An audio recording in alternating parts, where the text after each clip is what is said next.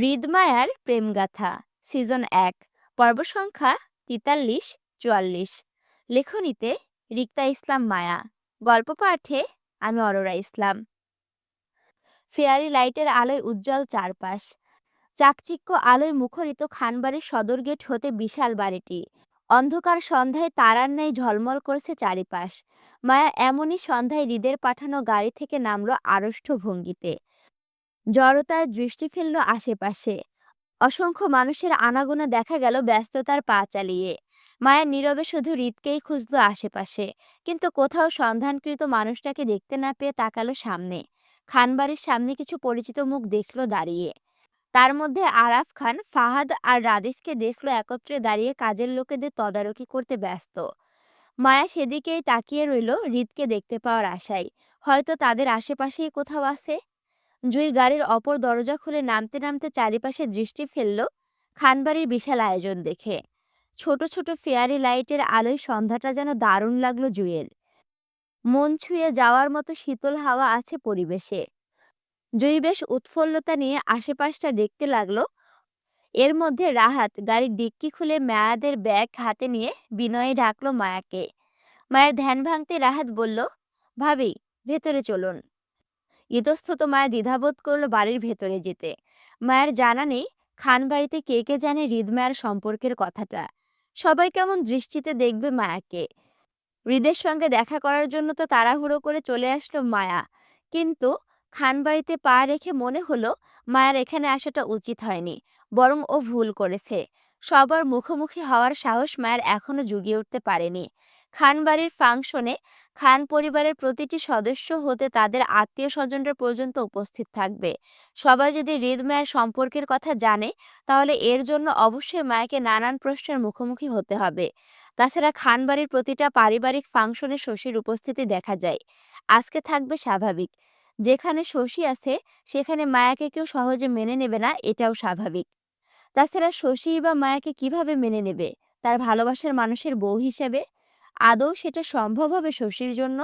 হয়তো সম্ভব নয়, কিন্তু তাই বলে মায়ার বা কি করার আছে এতে? মায়া তো আর প্রেমিকা নয় যে রিলেশন ব্রেকআপ করে নিবে। মায়া হৃদ খানের বিয়ে করা বউ। আর বউয়েদের সাথে স্বামীর কখনো ব্রেকআপ হয় না, বরং তালাক হয়। আর এখানে মায়া ওর স্বামীকে কখনোই তালাক দিতে চায় না। তাই যত কিছুই হোক না কেন, মায়া কোনো কিছুর বিনিময়ে নিজের স্বামীকে ছাড়বে না অন্য কারো কাছে। শশী যদি ওর স্বামীর পাস্ট হয়ে থাকে, তাহলে মায়া প্রেজেন্ট।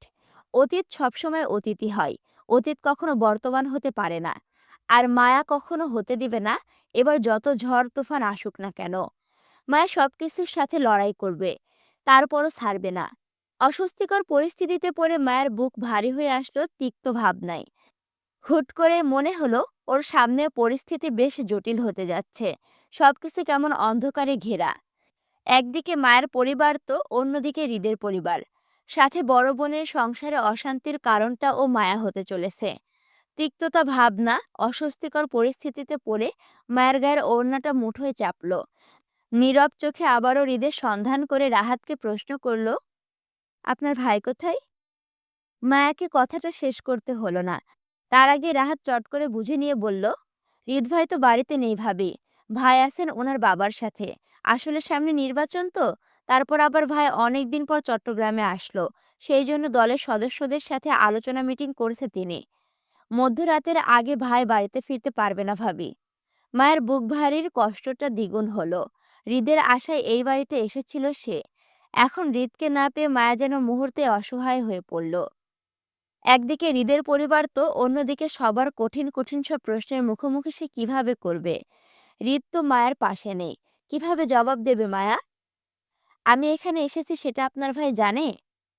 আগের ন্যায় রাহাতে ঝটপট উত্তর আসলো তক্ষণি। কি বলেন ভাবি? ভাই জানবে না মানে? আপনি এসেছেন সেটা? ভাই তো আমাকে দিয়ে গাড়ি পাঠালো আপনাকে এখানে নিয়ে আসতে। ভাই বাসায় ফিরে যেন আপনাকে দেখে সেজন্য। অস্বস্তিকর মায়া ছোট করে উত্তর করলো রাহাতকে। ও, জি ভাবি চলুন। মায়ের সামনে হাঁটতে গিয়েও থেমে যায়। পেছন থেকে ইতস্ততায় রাহাতকে বলল, সবাইকে আমার উপর রেগে আছেন রাহাত ভাই? মায়ের কথাটা প্রথমে বুঝতে না পেরে খানিকটা অবাকের সুরে মায়াকে শুধিয়ে রাহাত বলল, সবাই আপনার উপরে কেন রাগ করবেন ভাবি?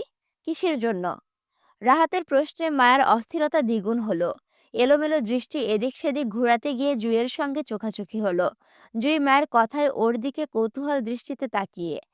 আপাতত সেও রাহাতের মতো জানতে চায় খানবাড়ির সবাই কেন মায়ের উপরে রাগ করে থাকবে, কিসের জন্য।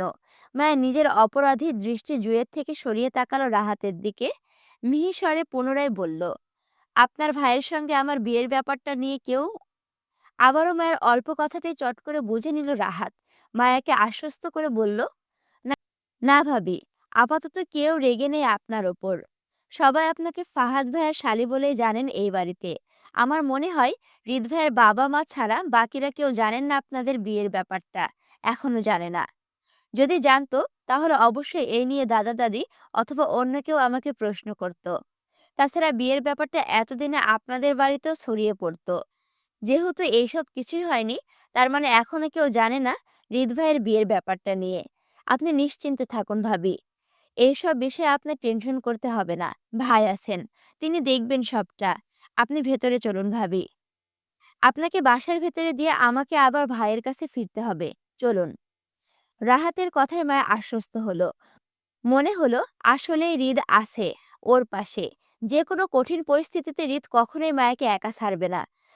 মায়া স্বস্তির হতে হতে পা চালালো সামনে, সঙ্গে জুইও হাঁটলো। কিছুটা পথ সামনে যেতেই চোখে পড়ল রাদিফের। তৎক্ষণাৎ উৎফুল্লতায় ভাবি বলে মায়াকে চিৎকার করে ডাকতে গিয়েও থেমে গেল আশেপাশের কোলাহল পরিস্থিতি দেখে। এত মানুষের সামনে মায়াকে ভাবি বলে ডাকাটা দৃষ্টিকটু দেখাবে। যেহেতু এখনও হৃদ পারিবারিকভাবে মায়াকে নিজের বউ বলে পরিচয় করায়নি, সেহেতু রাদিফের এই মুহূর্তে মায়াকে ভাবি ডাকাটা যুক্তিসঙ্গত দেখাবে না। এতে মায়া অসম্মান হতে পারে। আবার ভাবিকে বিয়ান বলে ডাকাটাও রাদিফের পর্যন্ত নয়। সেই জন্য চুপ করে গিয়ে নিজের কাজে মন দিল। যেই দিন সসম্মানে মায়াকে সবার সামনে ভাবি ডাকতে পারবে, সেই দিন না হয় ভাবি ডাকবে। ততদিন না হয় সবার অগোচরে ভাবি ডাকলো মায়াকে। তার ওপর বড় ভাইয়ের বউকে অসম্মানজনক কিছুই ডাকবে না সে। রাদিফের সঙ্গে দাঁড়ানো ফাহাদ দুই শালিকে দেখতে পেয়ে হাসি খুশি মুখে এগিয়ে আসলো মায়া আর জুয়ের দিকে। বড় ভাইয়ের মতো স্নেহময় হাত বুলালো মায়া আর জুয়ের মাথায়। কুশলাদি বিনিময় করে রাহাতের থেকে মায়াদের কাপড়ের ব্যাগটা হাতে নিতে রাহাত তাড়াহুড়ো করে চলে গেল হৃদের উদ্দেশ্যে। ফাহাদ মায়াদের নিয়ে প্রথমেই গেল আরাফ খানের কাছে। তিনি মায়াজয়ীকে দেখতে পেয়ে উজ্জ্বল হাসিতেই মায়ার সালাম দিয়ে বিনিময়ে বলল, আসসালামু আলাইকুম দাদা ভাই, কেমন আছেন? মায়ের সালামের উত্তর দিতে দিতে বলল, আলহামদুলিল্লাহ ভালো নাতি সাহেবা। তবে তুমি একদিন নানা ভাই আর আজ দাদা ভাই ডাকছো কেন? ব্যাপার কি? নানা ভাই ডাকো সেটা না হয় ফাহাদের সম্পর্ক ধরে, কিন্তু দাদা ভাই ডাকছো কার সম্পর্কের সূত্র ধরে বলো তো একটু শুনি। আরাফ খানের কথার যুক্তিতে মায়া চুপসে গেল। হৃদয়ের সম্পর্ক ধরে আরাফ খানকে দাদাভাই ডেকেছে সেটা চট করে বলতে পারল না মায়া। অসহায় মায়া ধরা পড়ে যাওয়ার ভয়ে রাদিফের দিকে তাকালো। রাদিফ মায়ের ভয়ের কারণ বুঝতে পেরে তৎক্ষণাৎ এগিয়ে আসলো। মায়ের কথার উত্তর দিয়ে আরাফ খানকে বলল, তিনি হচ্ছেন আমার ভাবির স্বামী। তার বউয়ের একমাত্র শ্বশুরের একমাত্র বাপ। তার একমাত্র বড় নাতির একমাত্র বউ হিসেবে তোমাকে দাদাভাই ডেকেছে, তাই মায়া? রাদিফের সম্পর্কের মারপ্যাঁচ আরাফ খানের মাথায় ঢুকলো না, আর না ঢুকলো মায়ার মাথায়। তারপরও রাদিফের কথায় মায়া কেমন বোকার মতো মাথা কাত করে সম্মতি দিল। চতুর আরাফ খান কেমন বোকার মতো হিসাব মিলাতে বসলো। আসলে রাদিফ ওকে কোন সম্পর্কের মারপ্যাঁচ বোঝালো এখন। ফাহাদ যখন একইভাবে হাসছিল, তখন রাদিফ তাড়া দিয়ে বলল, ফাহাদ ভাই, তুমি ওনাদের বাসার ভেতরে নিয়ে যাও। এই দিকটা পুরুষ মানুষ বেশি। ফাহাদ মায়াদের নিয়ে চলে যেতে চাইলে জুঁইয়ের সঙ্গে রাদিফের চোখাচোখি হয়। সৌজন্য খাতিরে জুঁই নিজে আগ বাড়িয়ে রাদিফকে কুশালাদি করে। কেমন আছে জানতে চাইলে রাদিফ হাসি মুখে উত্তর দেয়। দুজনের মধ্যে অল্প কুশলাদি বিনিময়ে জুঁই যখন রাদিফকে ক্রস করে সামনে যেতে চাইল, তখনই চোখ পড়ল অল্প দূরত্বে দাঁড়িয়ে থাকা আয়নকে। চমকে ওঠার মতো জুঁই পেছনে তাকালে দেখল রাদিফ তখনও জুঁইয়ের দিকে হাসি মুখে তাকিয়ে। জুঁইয়ের তাকানোতে রাদিফ মজা করে বলল, বিয়ান এতবার ঘুরে পেছনে তাকালে ঘাড় বেঁকে যাবে তো আপনার। আপনি বরং ভিতরে যান, আমি হাতের কাজটা শেষ করে আপনার কাছে আসছি। তখন না হয় আবার দেখলেন আমাকে। রাদিফের অল্প দুষ্টামিতে কেন জানি জুঁইয়ের খুব কষ্ট হলো। ঘাড় ঘুরিয়ে তৎক্ষণাৎ তাকালো সামনে দাঁড়িয়ে থাকা আয়নের দিকে। নিশ্চয়ই রাদিফের কথাবার্তা সে শুনেছে সব, অথচ এমনভাবে দাঁড়িয়ে আছে যেন আয়ন কিছুই শুনছে না। আর যদিও শুনে থাকে, তাহলে আয়নের রাদিফ বা জুঁইকে নিয়ে কোনো কিছুই যায় আসে না। জুঁই আর পেছনে তাকালো না, বরং আয়নকে দেখতে দেখতে সামনে এগোলো। কেন জানি আয়নের জুঁইকে ইগনোর করাটা খুব দহনে পড়ছে জুঁই। যদিও জুঁই চেয়েছিল আয়ন জুঁইয়ের থেকে দূরে থাকুক, কিন্তু আজ কেন জানি আয়নের দূরত্বটা স্বাভাবিক ন্যায় মেনে নিতে পারছে না জুঁই। জুঁইয়ের মনে হচ্ছে আবার আগের মতো হয়ে যাক দুজনের সম্পর্কটা। আয়নের সঙ্গে রাতভর কথা হোক জুঁইয়ের। আচ্ছা, জুঁই কি আয়নের সঙ্গে একবার কথা বলে দেখবে? একটু কুশলাদি বিনিময় করলে তো মন্দ হয় না। ধীর স্থির চিন্তা ভাবনায় জুঁই আয়নের বরাবরই হতেই প্রথমে আস্তে করে সালাম দিতে চেয়ে জুঁই বলল, আসসালামু। জুঁই সালামটা শেষ করার আগে আয়ন জুঁইকে অদেখা করে পাশ কাটিয়ে চলে গেল অন্যদিকে। উচ্ছ্বাস জুঁই স্তব্ধ হতবুদ্ধি হয়ে দাঁড়িয়ে গেল আয়নের চলে যাওয়ার দিকে তাকিয়ে। জুঁইয়ের বুঝতে দেরি হলো না, আয়ন ওকে সরাসরি ইগনোর করছে। অকারণে জুঁইয়ের কান্না আসলো। মূল্যবান কোনো কিছু হারিয়ে ফেলার ভয়ে তিক্ত দহনে পড়ল। ভিতরকার হাহাকার কষ্ট চেপে মায়াদের পিছন পিছন হাঁটতে লাগলে আরাফ খান রাদিফের হাত টেনে নিজের দিকে ফেরাতে ফেরাতে বলল, আমি তো বুঝিনি সম্পর্কে আমার কি হলো রাদিফ। তুমি ভাবো তোমার কি হলো, সম্পর্কটা তো তোমার, তাই না? আরাফ খান একটু বোকার মতো বলল, একটু সহজ করে বলো তো রাদিফ। আরাফ খানকে খোঁচা মারার মতো করে রাদিফ বলল, তুমি না ইন্টেলিজেন্স মানুষ, সামান্য একটি সম্পর্কের হিসাব মিলাতে পারছো না তুমি? দাদি কি দেখে তোমার সাথে এত বছর টিকে গেল আল্লাহ জানে। রাদিফের কথায় ক্ষেপে গেল আরাফ খান। ওনার বউকে নিয়ে খোঁচা মারাই গায়ে লেগেছে যেন। এই, তুই আমার বউকে টানছিস কেন? তাহলে তুমি কেন বারবার আমার ভাবির স্বামীর বউয়ের শ্বশুরের বাপের ছেলের ছেলের বউকে টানছো বলো তো? এই প্রথম আরাফ খান মনে হয় কারো কথায় চুপ করে গেল। মূলত তিনি চুপ করে যাননি, বরং রাদিফের বলা সম্পর্কের হিসাব মেলাতে ব্যস্ত। এই ফাঁকে রাদিফও স্থান ত্যাগ করলো। নয়তো বলা যায় না কখন আবার আরাফ খান চেপে ধরে সম্পর্কের মারপ্যাচ মিলাতে পেরে। আরিফ ভাই আসলো না কেন তোদের সাথে জয়ী? হাতের ট্রে বিছানার কোনায় রেখে তার পাশে বসতে বসতে আক্ষেপের গলে প্রশ্নটা করলো জুইকে মুক্তা। মায়া ওয়াশরুমে। জুই ব্যাগ থেকে তোয়ালে বের করে রাখছিল ফ্রেশ হওয়ার জন্য। মুক্তার কথায় জুই দ্বিধাহীন গলায় বলল, ভাইয়া নাকি কি জরুরি কাজ আছে সেজন্য আসেনি, আমাদের দুজনকে একা পাঠালো। জুইয়ের কথায় খানিকটা অসন্তুষ্ট হলো মুক্তা। মন খারাপ করে বলল, ভাইয়ের কি এমন জরুরি কাজ পড়লো যার জন্য বোনের শ্বশুরবাড়িতে আসতে পারছে না? আরিফ ভাইয়া নতুন ব্যবসা শুরু করেছেন আপু, এই জন্য আজকাল ভাইয়া অনেক ব্যস্ত থাকে। এমনকি কাজের চাপে ভাইয়া ঠিকঠাক সময়ে বাসায়ও ফিরতে পারে না। অনেকদিন তো আরিফ ভাই ভোর রাত্রেও বাসায় ফিরে। যদিও জুয়ের কথাগুলো সত্য, তারপরও আরিফের খানবাড়ির অনুষ্ঠানে না আসার যথাযথ কারণটা ছিল মায়ার প্রতি মন কষাকষি নিয়ে, যেটা আরিফের ব্যস্ততার অজুহাতে গোপন করে গেল জুই। মন খারাপে মুক্তা থেমে নেই। আজ ৩ মাস পর বোনদের কাছে পেয়েছে সে। যদিও মুক্তা ৩-৪ বার গিয়েছিল ফাহাদকে নিয়ে নিজের বাপের বাড়িতে বেড়াতে, তবে সেখানে ভাই বোনদের কারো দেখা পায়নি ও। হুট করে আবার মায়ের ফিক্সড হয়ে যাওয়া বিয়েটাও আরিফ ক্যান্সেল করে দিল। এই নিয়ে বাসায় কত ঝামেলা হলো। চেয়ারম্যান পরিবার ওদের বাবাকে কত কথা শোনালো।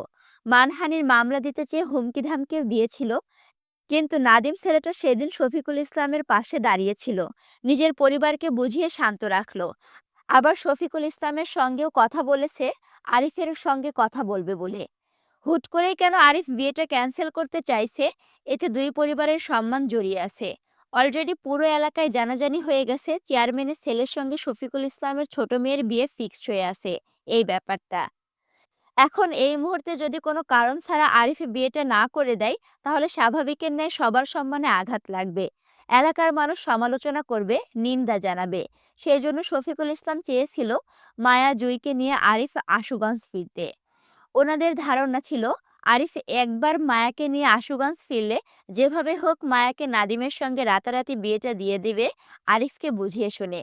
যদিও আরিফ এতে রাজি না হতো, তারপরও বিয়েটা সম্পূর্ণ করত মায়ের পরিবার। অন্তত নিজেদের দেওয়া ওয়াদা রক্ষার জন্য হলেও মায়াকে চেয়ারম্যান পরিবারে বিয়ে দিত। তাছাড়া এখানে বিয়ের জন্য মায়া তো আর অমত করেনি, সেহেতু বিয়েটা সবাই সম্পূর্ণ করতে চাই যেভাবেই হোক। কিন্তু আরিফ এসবের কিছু তোয়াক্কা করলো না। হুট হুট করে মায়ের বিয়েটা ক্যান্সেল করে মায়াকে নিয়ে আর ফিরল না আশুগঞ্জ। ফোনে নাদিমের সঙ্গে আরিফের কি কথা হয়েছিল মুক্তা জানে না, কিন্তু এরপর থেকে চেয়ারম্যান পরিবারের সবাই বেশ স্বাভাবিকভাবেই রয়েছে মুক্তাদের পরিবারের সঙ্গে।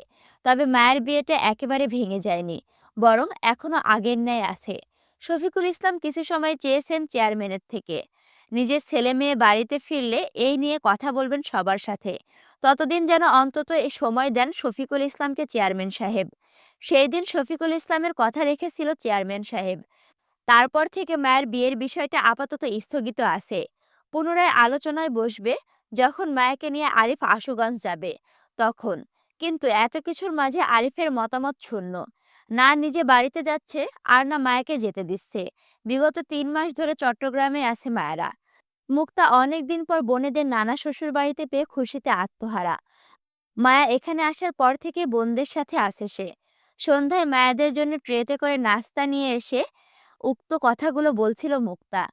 মন খারাপে একইভাবে বলল মুক্তা, নতুন ব্যবসা দিয়েছে বলে বোনদের এক নজর দেখা যাবে না ভাইয়ের?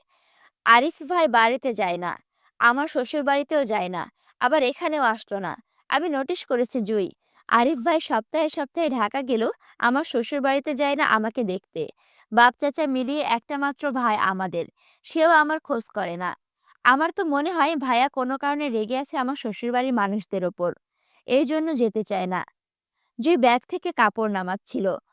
মুক্তার মন খারাপের কথাগুলো শুনে মনে ভয় সংশয় সৃষ্টি হলো। ওরা 3 বোনের মাঝে মুক্তা বেশ চতুর। অল্প সময়ে সবকিছু চট করে ধরে ফেলতে পারে সে। হয়তো আরিফকে নিয়ে মনে যে সন্দেহ সৃষ্টি হয়েছে, সেটার খোঁজ করতে জুইকে এখন খুঁচিয়ে খুঁচিয়ে প্রশ্ন করছে। জুই হাতে তোয়ালেটা বিছানায় রেখে এগিয়ে মুক্তার মুখোমুখি বসে বলল, তেমন কিছু না আপু, তুমি ভুল বুঝছো। ভাইয়া আসলে প্যারার মধ্যে আছে। তাছাড়া আরিফ ভাই তো রোজ তোমার সাথে ফোনে যোগাযোগ রাখছে।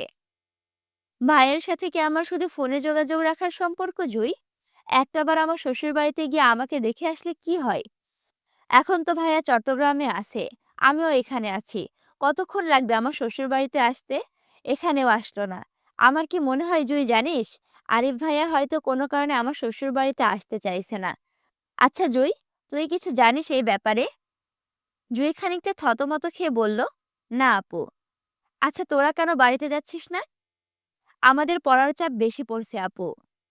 নিজের প্রশ্নের ধারা জারি রেখেই ফের বলল মুক্তা। আচ্ছা মায়া কি কারোর সাথে রিলেশনে আছে? আপুকে সত্যি করে বলবি জুই? একইভাবে জুইও উত্তর দিয়ে বলল, না আপু নেই। জুইকে সন্দেহ করে মুক্তা বলল, তুই মিথ্যে বলছিস জুই। আমার মনে হয় মায়া কারোর সাথে রিলেশনে আছে, নয়তো আরিফ ভাইয়া হুট করেই কেন নাদিমের সঙ্গে বিয়েটা ভেঙে দিল ওর? ও নিশ্চয়ই আরিফ ভাইকে বলেছে বিয়েটা ভাঙতে, যেখানে এই বিয়ের জন্য আরিফ ভাই নিজেই প্রথমে রাজি ছিল। সত্যি করে বলতো জুই, কি হয়েছে আসলে? মুক্তার একের পর এক ধারালো প্রশ্নের বাণে এবার যথাযথভাবে জুই ঘাবড়ে যাচ্ছে। যদি কোনো কারণে ভুলেও মায়ের সম্পর্কে মুক্তা কানে কিছু যায়, তাহলে সেটা ওদের পরিবারের সবার কানে পৌঁছে যাবে মুহূর্তেই। জুই নিজেকে ধাতস্থ করে আবারও মিথ্যে বলে বলল, না আপু, তুমি বেশি চিন্তা করছো, এমন কিছুই হয়নি। মায়া কারোর সাথে রিলেশন করলে সেটা তোমাদের চোখে পড়তো না? ও যে গবেট, সবার আগে তোমার কাছে ধরা পড়তো এটা। জুয়ের কথাটা মুক্তার যুক্তিসঙ্গত মনে হলো। ওরা 3 বোনের মধ্যে মায়া একটু বোকা টাইপের। কোনো কাজ করলে সেটা সহজেই হজম করে রাখতে পারে না, কারো না কারো কাছে ধরা পড়বেই। যদি মায়ের কোনো রিলেশনে থাকতো, তাহলে অন্তত জুইয়ের কাছে হলেও সেটা এতদিনে ধরা পড়ে যেত। জুই তো আর মুক্তাকে মিথ্যা বলবে না। কিন্তু এত ভালো বিয়েটা আরিফ কেন হঠাৎ করে না করেছে সেটা বুঝতে পারছে না মুক্তা। মুক্তা ভেবে রেখেছে আজ রাতেই একবার ফাহাদকে নিয়ে যাবে আরিফের সঙ্গে দেখা করতে। আরিফ আসেনি তো কি হয়েছে, ছোট বোন হিসেবে ও যাবে আরিফের কাছে, আবার আরিফকে সঙ্গে করে নিয়ে আসবেও। এসবের ফাঁকে সুযোগ করে জেনে নিবে কেন মায়ের বিয়েটা না করেছে আরিফ। মুক্তা জুইকে বলল, আচ্ছা তুই নাস্তা কর, আরিফ ভাইয়ের সঙ্গে আমি নিজেই কথা বলে নিব এই বিষয়ে। কথা বলতে বলতে জুয়ের দিকে শরবতের গ্লাসটা এগিয়ে দিল মুক্তা। সেটা হাতে নিতে নিতে ছোট করে সম্মতি দিয়ে জুই বলল, আচ্ছা আপু। রুমের মধ্যে মায়ের সন্ধান করে মুক্তা বলল, মায়া কইরে জুই? জুই শরবতের গ্লাসে চুমুক দিতে দিতে বলতে চাইল, মায়া ওয়াশ। এই তো আমি আপু। জুয়ের কথা শেষ করার আগেই মায়া ওয়াশরুম থেকে বের হলো ফ্রেশ হয়ে। এর মাঝে মুক্তার কথাটা শুনে উত্তর করলো সে। মায়াকে ডেকে মুক্তা বলল, এদিকে আয়, নাস্তা করে যা। মায়া এগিয়ে এসে জুয়ের বিছানার ওপরে পা রেখে তোয়ালেটা তুলল। হাত মুখ মুছতে মুছতে বসলো জুয়ের পাশাপাশি। মুক্তার এগিয়ে দেওয়া শরবতের গ্লাসে চুমুক শেষ করতে করতে তিন বোনের মধ্যে গল্পের আসর জমল। সে আড্ডার মাঝে উপস্থিত হলো সেজুতি, শশী। শশীকে দেখে জুই তাকালো মায়ের দিকে। মায়াও খানিকটা অস্বস্তিতে তাকালো জুইয়ের দিকে। দুজনের চোখাচোখি হতেই জুই চোখের ইশারায় আশ্বস্ত করলো মায়াকে। মায়া খানিকটা স্বাভাবিকের ন্যায় তাকালো শশীর দিকে। শশী হাস্যোজ্জ্বল মুখে মায়ের পাশ ঘেঁষেই বসলো। মায়াকে শশীর ব্যক্তিগতভাবে পছন্দ।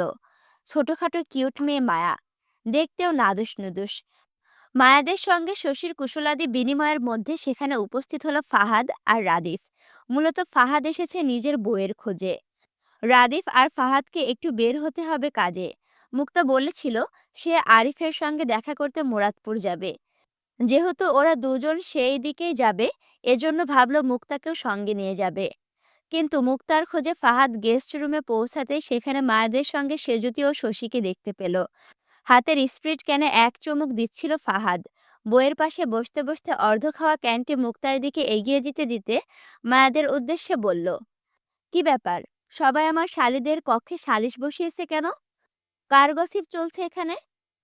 ফাহাদের কথায় জুই মজার ছলে বলল, দুলাভাই আপনার। ফাহাদ জুইয়ের কথার তাল মিলিয়ে একইভাবে বলল, বাপরে, তাহলে আজকের ভিলেন মনে হয় আমি। জুই হেসে বলল, বলতে পারেন। হাতের একটা ক্যানে চুমুক রাদিফও বসাচ্ছিল, কিন্তু অপর হাতের ইনটেক ক্যানটি সবার সামনে মায়ের দিকে বাড়িয়ে দিতেই মায়াও কোনো রকম দ্বিধা ছাড়া সেটি রাদিফের হাত থেকে নিল। ট্রেতে নাস্তা রেখে রাদিফের দেওয়া ক্যানটি খুলে মায়া তাতে চুমুক বসালে রাদিফ পাশ থেকে টুল এনে মায়ের মুখোমুখি বসলো। মুক্তা তখনও কপাল কুঁচকে তাকিয়ে মায়ের দিকে। সে যদি রাদিফকে বলল, আমার ক্যান কই রাদিফ ভাই? রাদিফ ঠান্ডা ক্যানে চুমুক দিতে দিতে বলল, তোরটা ফ্রিজে আছে, গিয়ে নিয়ে আয়। রাদিফের সঙ্গে মায়ের স্বাচ্ছন্দ্যে আচরণ করার বিষয়টি ফাহাদের চোখেও লাগলো। এখানে আসার সময় গরমের জন্য ওরা ফ্রিজ থেকে ঠান্ডার ক্যানগুলো নেওয়ার সময় রাদিফ নিজের জন্য দুটো ক্যানের বোতল উঠালে তখন ফাহাদের মনে হয়েছিল রাদিফ হয়তো নিজের জন্য দুটো নিয়েছে। কিন্তু এখানে এসে একটা মায়াকে ধরিয়ে দিতে দেখেই বুঝতে পারল তখন রাদিফ দুটো নিজের জন্য নয়, বরং একটা মায়ের জন্য নিয়েছিল। সে যদি কথার রেশ টেনে ফাহাদ রাদিফের সঙ্গে মজা করতে চাইল মায়াকে নিয়ে। মশকরার ছলে বলতে চাইল, আমার মায়ের রাদিফের বিয়ান বলে কথা। বিয়ানের জন্য শুধু ক্যান কেন, আরও স্পেশাল। ফাহাদের কথা শেষ করার আগে ইতি টানল রাদিফ। মায়াকে নিজের বোন দাবি করে সম্মান দিয়ে বলল, মায়া বিয়ান নয়, ছোট বোন হয় আমার। এরপর এইসব মজা করবেন না ফাহাদ ভাই। মায়ের রাদিফের সঙ্গে স্বাচ্ছন্দ্য বোধ দেখে প্রথমে সন্দেহ করেছিল মুক্তাও। হয়তো রাদিফের সঙ্গে মায়ের কিছু চলবে ভেবে ধারণা করে নিয়েছিল মনে মনে। কিন্তু রাদিফ যেন মুহূর্তেই ফাহাদকে নয়, বরং মুক্তার ধারণাকে ভুল প্রমাণ করে দিয়ে মায়াকে নিজের বোন বলে দাবি করল। রাদিফকে নিয়ে মুক্তার মনে সন্দেহ কেটে যেতেই ফাহাদ জুইকে জড়িয়ে আরও কিছু বলতে চাইল না। পরে দেখা গেল রাদিফ মায়ের মতো জুইকেও নিজের বোন বলে দাবি করল। তখন বিষয়টা ফাহাদের জন্য লজ্জাজনক হতে পারে ভেবে সে শশীকে নিয়ে রাদিফকে বলল, আচ্ছা মানলাম মায়া না হয় তোর ছোট বোন হয়, কিন্তু তোর সুন্দরী ভাবির জন্য অন্তত একটা ক্যানের বোতল আনা প্রয়োজন ছিল তোর। রাদিফ স্বাভাবিকের ন্যায় নিজের ভাবি বলাতে মুক্তাকে ধরে নিল। কারণ মায়ের বিষয়টা যেহেতু এখনো পরিবারের কেউ অবগত নয়, সেজন্য রাদিফ মুক্তাকে ভাবি মনে করে বলল, ভাবির জন্য তো তুমি আসো, আমি আনবো কেন? তোমার বইয়ের ভাগ আমাকে দিবা যে আমি খাওয়াবো। ফাহাদ পাশ থেকে বালিশের কুশান উঠিয়ে রাদিফের দিকে ছুঁড়ে মারতে মারতে বলল, শালা, আমি আমার বউয়ের কথা বলছি না তোকে, আমি তোর ভাইয়ের বউয়ের কথা বললাম। শশী তো হৃদের হাফ বউ হয়, তাহলে ওকে কেন খাওয়ালি না? ফাহাদের কথায় চমকে ওঠার মতো চার জোড়া চোখ তৎক্ষণাৎ তাকালো মায়ের দিকে। রাদিফ জুই মায়াকে লক্ষ্য করতেই দেখল ফাহাদের কথায় চোখ মুখ অন্ধকার করে মাথা ঝুঁকে বসে আছে মায়া। হয়তো নিজের ইমোশনগুলো আটকাতে চাচ্ছে, অথচ শশী তখন লজ্জা মিশ্রিত মুখে বসে। রাদিফ মায়াকে আশ্বস্ত করতে চেয়ে ফাহাদের কথায় শুধিয়ে বলল, হৃদ ভাইয়ের পছন্দ আছে। রাদিফের কথা কেটে ফাহাদ আবারও বলল, আরে হৃদের পছন্দই তো আমাদের শশী। ওদের দুজনের প্রেম তো একদিন দুদিনের নয়, গোটা 5 বছরের প্রেম কাহিনী ওদের। খোঁজ নিয়ে দেখ, দুজনের প্রেমের গল্প আকাশে বাতাসে হাওয়ায় হাওয়ায় পাওয়া যাবে, তাই না শশী? খানিকটা লজ্জায় মাথা নাড়িয়ে হাসল শশী। মায়া হাতের বোতলটা দু হাতে চেপে বসল শক্ত করে। ফাহাদের কথাগুলো যেন হৃদয়ে কাটার মতো বিঁধছে। হৃদের প্রেম ছিল কারো সাথে, সেটা ভাবতেই যেন মনে অদৃশ্য জখমে খণ্ডিত হচ্ছে অসংখ্য। মায়া এই মুহূর্তে সবার সামনে কাঁদতে চায় না, বরং নিজেকে শক্ত রাখতে দাঁত কামড়িয়ে মাথা ঝুঁকে বসে। জুই মায়ের অবস্থা বুঝতে পেরে এক হাতে মায়ের হাতটা চেপে বসল সবার অগোচরে। রাদিফ মায়ের মনের অবস্থা বুঝতে পেরে ফাহাদের ওপর বিরক্ত হলো। খানিকটা রাগ হয়ে সরাসরি বলল, ভুল জানো তুমি ফাহাদ ভাই, রাস্তার মোড় অনেক আগেই ঘুরে গেছে। আমি জানি না আদৌ শশীর সাথে হৃদ ভাইয়ের কিছু ছিল কিনা, তবে এটুকু বলতে পারি, হৃদ ভাইয়ের পছন্দের মানুষ শশী নয়, বরং অন্য কেউ। আর সেই খবর আমি, বাবা মা, আমরা তিনজনই জানি। যদি বিশ্বাস না হয় তাহলে হৃদ ভাইকে জিজ্ঞাসা করে নিও। কথাটা বলে রাদিফ উঠে গেল। রাদিফের কথায় ফাহাদ, মুক্তা, সেজুতি বিভ্রান্ত হয়ে তাকালো শশীর দিকে। রাদিফের কথাগুলো যে শশীর বিশ্বাস হয়নি, সেটা শশীর ফেস দেখেই বোঝা যাচ্ছে। তবে শশী রাদিফের কথায় কষ্ট পেয়েছে বলে সেও তৎক্ষণাৎ রুম ত্যাগ করলো, কাউকে কিছু না বলে। মায়া তখনও মাথা ঝুঁকে বসে। ফাহাদ মুক্তাকে বের হতে বলে সেও চলে গেল। এই মুহূর্তে কেউ কথা আর বাড়াতে চাইল না। তবে রাদিফের এই কথাগুলো যে এখানে শেষ হবে না, সেটা ফাহাদ, সেজুতি, মুক্তা তিনজনই জানে। এই কথাটা এখন পরিবারের বড়দের কানে দিবে শশী। হয়তো এখন কেউ কিছু বলবে না, কিন্তু কাল ফাংশন শেষ হতে হতে কিছু একটা হবে বলে আশা করা যায়। মুক্তা মায়া জুইকে সেজুতির সাথে থাকতে বলে সেও বের হয়ে যায়। মায়া রাদিফের কথায় আশ্বস্ত হলেও হৃদের প্রথম ভালোবাসা শশীকে ভেবে এক বুক কষ্টে সারা রাত পার করলো হৃদের অপেক্ষায় অপেক্ষায়। কিন্তু কোথাও হৃদের কোনো দেখাও নেই। মধ্যরাতের দিকে ফাহাদকে দেখা যায় মুক্তাকে নিয়ে খানবাড়িতে ফিরতে। আরিফের সঙ্গে দেখা করেছিল ওরা। আরিফ কাল খানবাড়ির মেজবানে আসবে বলে আশ্বস্ত করলো মুক্তাকে। কিন্তু হৃদ সে দুপুরে নিহাল খানের সঙ্গে বের হয়েছিল। সারা রাত চলে গেল, অথচ ফিরতে পারেনি কাজের চাপে। রাত পার হয়ে সকাল হলো। মায়া সকালে মানুষের হইচয়ে ঘুম থেকে উঠে হৃদের খোঁজ করলো। শোনা গেল হৃদ তখনও বাসায় ফেরেনি। এক বুক কষ্টে মায়া তখনই কেঁদে ফেলল। ডাগর ডাগর আখিদয় চিকচিক করলো নোনা জলে। মায়াকে বারবার চোখ মুছতে দেখে ক্ষেপে যায় জুই। এই মুহূর্তে মায়াকে কান্না করতে দেখলে মুক্তা সন্দেহ করতে পারে, যেটা মোটেও ঠিক হবে না কারো জন্য। হইচয়ের মধ্যে সকলে রেডি হলো। মায়াও সাধারণ থ্রি পিস পরে সবার সামনে বসে। শশীকে দেখা গেল শাড়ি পরে ঘুরতে। সকাল 10টার মধ্যে বাবুর্চি রান্না বান্নার বিশাল আয়োজন শেষ। 11টার ভেতরে খাওয়া দাওয়ার কাজ শুরু করবে। খান পরিবারের সকল আত্মীয় স্বজনরাও সকাল থেকে আসতে শুরু করেছে। চারিপাশে কলরব আয়োজন, অথচ হৃদ বা নিহাল খান সহ বাড়ির ছেলেগুলোর দেখা নেই। আশায় আশায় মায়ের মন বিষিয়ে উঠেছে তিক্ততায়। 10টার দিকে শোনা গেল হৃদের গাড়ি খানবাড়িতে ঢুকেছে। মায়া তখন সবার সাথে দোতলা গেস্ট রুমে বসে। হৃদকে বাড়িতে ফিরতে দেখে দৌড়ে দোতলার করিডোরে দাঁড়ালো রেলিং ধরে। নিচে তাকিয়ে দেখলো সারিবদ্ধভাবে অনেকগুলো গাড়ি পার্কিং এরিয়াতে আছে, অথচ হৃদের দেখা কোথাও নেই। ক্ষুণ্ণ মন আরো ক্ষুণ্ণ হলো। চোখ মুখ অন্ধকার করে নিচে তাকানোর মধ্যেই পাশ থেকে হঠাৎ কেউ ডেকে উঠল মায়াকে। এখানে কি করছেন আম্মু? মায়া চমকে ওঠার মতো তাড়াহুড়ে সোজা হয়ে দাঁড়ালো। মাথায় কাপড় টানতে টানতে থতমত খেয়ে বলল, আসসালামু আলাইকুম আব্বু। ওয়ালাইকুম আসসালাম। ভালো আছেন আম্মু? জি, আপনি? আলহামদুলিল্লাহ আম্মু, আছি আল্লাহর রহমতে। তা আপনি রেডি না হয়ে এখানে দাঁড়িয়ে কি করছেন? ভিতরে যান, রেডি হন গিয়ে। মায়া অস্বস্তিতে আছড়ে মাথার কাপড়টা আরো একটু টেনে বলল, ভালো লাগছে না, সেই জন্য এখানে একটু দাঁড়িয়েছিলাম, এক্ষুনি চলে যাচ্ছি। মায়ের কথায় নিহাল খান ক্লান্তিতে হেসে বলল, আপনার শ্বশুর বাড়ি এটা, আপনি যেখানে খুশি সেখানে দাঁড়াবেন, সমস্যা নেই। আগে রেডি হয়ে নিন। এই বাড়ির বড় বউ আপনি, সবাই আপনাকে দেখবে, খানবাড়ির বউ হিসেবে চিনবে। আপনি বরং একটা মার্জিত শাড়ি পরে নিন আম্মু। মায়ের আর সাহস হলো না নিহাল খানের মুখে মুখে আর কিছু বলতে। কেমন রোবটের মতো মাথা নাড়িয়ে সম্মতি দিল শুধু। নিহাল খান অল্প হেসে স্থান ত্যাগ করলো। মায়াও নিজের রুমে গেল। ব্যাগ খুলে গাঢ় নীল মসলিন তাতে জামদানি শাড়ি খুলে সেটা পরল জুয়ের সাহায্যে। এই শাড়িটা সেই দিন রাফা পছন্দ করে কিনে দিয়েছিল মায়াকে, আজকের দিনে পরার জন্য। কিন্তু অস্বস্তিতে মায়া ভেবেছিল শাড়িটারি পরবে না আজ। যদি কেউ জিজ্ঞেস করে মায়া কেন আজ শাড়ি পরেছে, তাহলে কি উত্তর দিবে সে? সেই চিন্তায় মায়া প্রথমে শাড়ি পরতে চায়নি, কিন্তু এখন নিহাল খানে বলাতে মায়া শাড়ি পরাটা বাধ্যতামূলক হয়ে গেল। নয়তো নিহাল খানের আদেশ করার পরও যদি মায়া শাড়ি না পরে, তাহলে বিষয়টা দৃষ্টিকটু আর বেয়াদবি দেখাবে। যেটা মায়া করতে চায় না বলেই দ্বিধামনা করে শাড়িটা পরে নিল, কিন্তু কেউ জিজ্ঞাসা করলে কি বলবে সেই চিন্তায় ভয়ে থাকলো। মায়ার শাড়ি পরা শেষ হতেই রুমে ঢুকলো মুক্তা, হাতে নিজের দুটো শাড়ি নিয়ে। মায়াকে গাঢ় টকটক আর নীল শাড়িতে দাঁড়িয়ে থাকতে দেখে সেদিকে কয়েক সেকেন্ড মুগ্ধ চোখে তাকিয়ে থেকে বলল, মাশাল্লাহ, তোকে তো বেশি সুন্দর লাগছে শাড়িতে মায়া। এই শাড়িটা কোথায় পেয়েছিস তুই? জুই তখন মায়ের সামনে বসে কুচিগুলো গোছাচ্ছিল। মায়া মুক্তাকে দেখে ভয়ে ভয়ে বলল, আরিফ ভাই কিনে দিয়েছিল এটা। বাহ, সুন্দর হয়েছে, তোকে অনেক মানিয়েছে। কথাটা বলেই মুক্তা হাতের শাড়িগুলো বিছানার উপরে রাখতে রাখতে আবারও বলল, আমি আরো তোদের দুজনের জন্য দুটো শাড়ি এনেছিলাম। রাদিফ বলল, নিহাল আঙ্কেল নাকি মেয়েদের সবাইকে আজ শাড়ি পরতে বলেছে। উনি হঠাৎ এই কথাটা কেন বলল জানি না। তারপরও গুরুজন যেহেতু আদেশ করেছে, জুই তুইও একটা শাড়ি পরে নে। কিছু লাগলে আমাকে ডাকিস।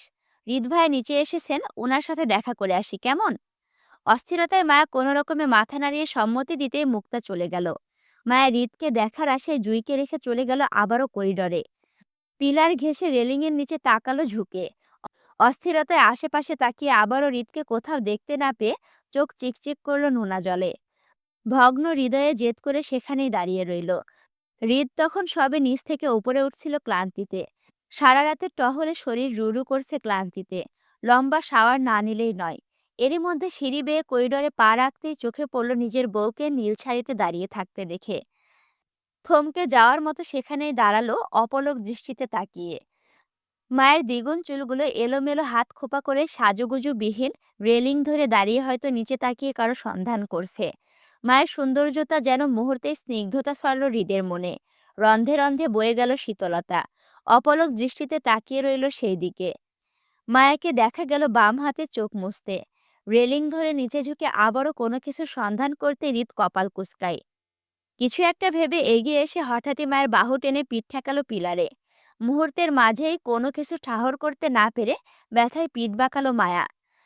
হৃদকে লক্ষ্য না করে ধাক্কা মেরে নিজেকে ছাড়াতে চাইলে হৃদ মায়ের বাহু পেঁচিয়ে বলল, শরীরের তেজ বেড়ে গেছে, শক্তি দেখান, হাড় ভেঙে হাতে ধরিয়ে দেব। হৃদের কণ্ঠে মায়া চমকে ওঠার মতো চুপসে গেল। অনাকাঙ্ক্ষিতভাবে হৃদকে এই মুহূর্তে আশা করেনি মায়া। হৃদের সান্নিধ্য পেতেই মায়া চুপ করে গেল। অভিমানী গলায় মিনমিন করে বলল, আপনি আমাকে ছুবেন না যান। তাহলে কে ছুবে? আপনি রাতে আসেন নাই কেন? আমি অপেক্ষায় ছিলাম। আপনি ডেকেছেন যে আসব? মায়া গাল ফুলিয়ে অভিমান গলায় ফের বলল, আপনি তো আমার কল রিসিভ করেন না। কল রিসিভ করার মতো কাজ করেছেন যে রিসিভ করব? হৃদের কথায় মায়া আবারও চুপ করে গেল। চোখের পানি সমান তালে টলমলিয়ে নামলো গাল বেয়ে। হৃদ মায়ের চোখের পানি মোছার চেষ্টা করল না, বরং মায়ের থুতনি চেপে মুখটা এদিক সেদিক ঘুরিয়ে তীক্ষ্ণ দৃষ্টিতে দেখে বলল, দিন দিন এত গ্লো করছেন কেন? জামাই আশেপাশে না থাকলে সৌন্দর্য বাড়ে কেন? মায়া হৃদকে অল্প ধাক্কা দিয়ে নিজের থেকে ছাড়াতে চেয়ে বলল, জানি না। আপনি সব জানেন ম্যাডাম, জেনে বুঝে আমাকে পাগল বানাচ্ছেন। মেসেজে কি লিখেছিলেন? আমার সিস্টেমে সমস্যা আছে, চলে না, অচল, আর কি কি যেন ছিল। হৃদের কথাটা মায়ের বোধগম্য হলো না। কিসের সিস্টেম, কিসের কি? মায়া অবুঝ গলায় জানতে চেয়ে বলল, মানে? মায়ের অবুঝতার প্রশ্নে শক্ত হাতে মায়ের গাল চেপে পুনরায় পিলারের সাথে ঠেসে ধরে হৃদ বলল, মানে, আজকে আপনি শেষ ম্যাডাম। শুধু রাতটা হতে দেন। নিজেকে কিভাবে বাঁচান আমি দেখব। এবারও হৃদের কথায় যথাযথ অর্থ বুঝল না মায়া। বরং মায়া মনে করল সে আবারও কোনো ভুল করেছে, যার জন্য হৃদ রেগে যাচ্ছে। মায়া উত্তেজিত ভঙ্গিতে বলল, আপনি ভুল ভাবছেন, আমি কিছু করিনি, সত্যি বলছি। আপনার কিছু করতে হবে না ম্যাডাম, আমি আছি। আমি কি করব? আপনার রাত আজকে কিভাবে শেষ হয় সেটা আমিও দেখব। মায়া অসহায় চোখে হৃদের দিকে তাকিয়ে থেকে বলল, সত্যি আমি কিছু করিনি, বিশ্বাস করুন। হৃদ মুহূর্তে মায়ের মুখোমুখি হয়ে ঝুঁকে বলল, ওকে ডান, কিসমি। অ্যাঁ? কিসমি। হৃদের সোজাসাপটা কথায় মায়া লজ্জায় থতমত খেয়ে গেল। মুহূর্তেই চোখে ভেসে উঠল হৃদকে চুমু খাওয়ার কালকের দৃশ্যগুলো। মায়া লজ্জায় নতমস্তিষ্ক হতে চাইলে হৃদের হাত ওর গালে চেপে থাকার কারণে হতে পারল না। তারপরও মায়া হৃদের চোখে চোখ রাখতে না পেরে লজ্জায় চোখ খিচে বন্ধ করে বলল, আমি পারবো না, সরুন, আমি যাব। হৃদ মায়াকে লজ্জা পেতে দেখে হঠাৎ নরম হয়ে আসলো। মায়ের সাথে ঘনিষ্ঠতা বাড়াতে চেয়ে শাড়ি ভেদ করে মায়ের উন্মুক্ত কোমরে দুহাত ভিড়ালো। মাথা ঝুঁকে কপাল ঠেকালো মায়ের খোলা কাঁধে। আলতো ঠোঁট ছোঁয়াতে মায়া কেঁপে উঠে হৃদের বাহুতে শরীর ছেড়ে দিল ভয়ে। হৃদে শক্ত হাতে আঁকড়ে ধরল মায়াকে। নিজের সাথে মিশে মায়ের কাঁধে পরপর ঠোঁট ছুঁয়ে উঠল গলায়। তারপর গলা থেকে একইভাবে কানে স্পর্শ করতে হৃদ ফিসফিসিয়ে বলল, আমার পারমিশন ছাড়া শাড়ি চেঞ্জ করবে না। মায়া ভয়ে কোনো রকমে কম্পিত গলায় অল্প আওয়াজে বলল, হুম। রাতে আমার রুমে আসবে। হুম। মায়ের উত্তরের সাথে সাথে হৃদয় শব্দ করে চুমু খেলো মায়ের গালে। তার পরপরই এগাল ওগাল দুগালে একই শব্দ হলো। কপালে ঠোঁট ছুঁয়ে হৃদ মায়াকে ছেড়ে দাঁড়াতে দাঁড়াতে বলল, আমার রুমে আসো। বলতে বলতে হৃদয় সামনে এগোলো। মায়া কম্পিত শরীরে বেশ অনেক সময় নিয়ে জায়গায় দাঁড়িয়ে রইল স্বাভাবিক হতে। যখন নিজেকে ধাতস্থ করলো মায়া কি হয়েছে ওর সাথে, তখনই লজ্জায় দুহাতে মুখ ঢেকে নিল মুহূর্তেই। হৃদের পিছন পিছন রুমে না গিয়ে বরং উল্টে দৌড়ালো নিজের রুমে। এই মুহূর্তে হৃদের সামনে দাঁড়ানোর মতো সাহস হলো না আর। তোমরাও যে হা করে তাকাই আছো যে মায়া হৃদের রুমে যাবে আর তোমরা সেগুলো শুনবা আর দেখবা। বাহ! শোনো, এত চালাক হওয়া কিন্তু ভালো না, বুঝছো? আমিও চালাক কম না, আমি কিন্তু এখন আর এই পর্বে বলবো না। শোনো, মূলত এইখানে এই পর্বটা শেষ। পরবর্তীতে আবার আসবে।